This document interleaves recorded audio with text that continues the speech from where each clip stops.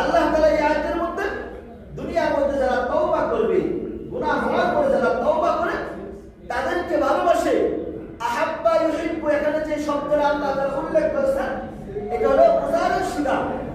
আল্লাহ রাব্বুল আলামিন তওবাকারী বান্দাকে ভালোবাসতে থাকবে, বলেন সুবহানাল্লাহ।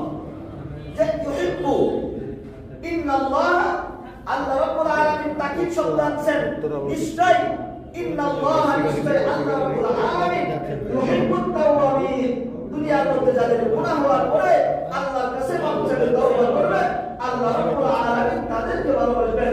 ওয়া ইউহিব্বুল মুতাতাহহিরিন, আর যারা পবিত্র হবে আল্লাহ তাআলা তাদেরকে ভালোবাসেন। এইজন্য আমার মুর্শিদ সুফি আযম কাসেম রাহমাতুল্লাহ আলাইহি আমাদেরকে পাঁচ ওয়াক্ত নামাজ বিনা কাজে আদায় করার পরে যে ওয়াজিবা দিয়েছেন, ওয়াজিবার মধ্যে তওবার আমল আছে, ইস্তিগফারের আমল আছে, গুনাহ মাফের আমল আছে। এই আমলগুলি আমাদের জীবনের পুঁজি হিসেবে গ্রহণ করা, নিজের ব্যক্তি জীবনে, পারিবারিক জীবনে, সামাজিক জীবনে যদি বাস্তবায়ন করতে পারি তাহলে প্রত্যেকটা মানুষ দুনিয়া থেকে জান্নাতি মানুষ হয়ে কবরে, বলেন সুবহানাল্লাহ। আমার সাথে বিচার কার্য সম্পাদন হবে। চার শ্রেণীর মানুষকে আল্লাহ তাআলা বিচার করবেন। চার শ্রেণীর মানুষের মধ্যে এক শ্রেণীর মানুষ যাদের আমল নামায় কোনো গুনাহ নাই, বিনা হিসাবে আল্লাহ তাআলা তাদেরকে জান্নাত দান করবেন, সুবহানাল্লাহ। আরেক শ্রেণীর মানুষ যারা থাকবে বিনা হিসাবে তাদেরকে আল্লাহ তাআলা জাহান্নামে নিক্ষেপ করবেন, নাউযুবিল্লাহ। আরেক শ্রেণীর মানুষ যারা আছে তাদের কিছু শাস্তি হওয়ার পরে তারা জান্নাতে যাবে।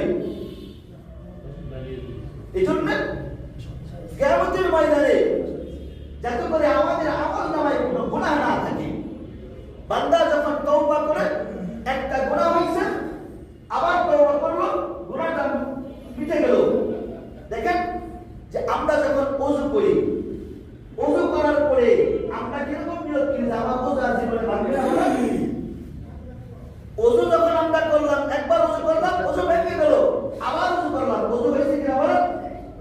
ঠিক তদ্রুপ আল্লাহ রাব্বুল আলামিন তার মুমিন বান্দাদেরকে যারা তওবা করে তাদেরকে কি পরিমাণ ভালোবাসে, মহব্বত করে। দেখেন একজন মানুষ যখন আল্লাহর কাছে তওবা করে ভালোবাসে, কিতাবের মধ্যে আছে, আল্লামা কাসেম নানুতুবি রাহমাতুল্লাহ আলাইহি তার কিতাবের মধ্যে লিখেছেন, এক বান্দা আল্লাহ তাআলাকে রুহুল কুদ্দুসের লোক কথা, ইয়া সালাম সালাম সে ডাকছিল, সে সালাম সালাম কিন্তু হঠাৎ করে তার জবান থেকে সমান শব্দ বের হয়ে গেছে। বান্দা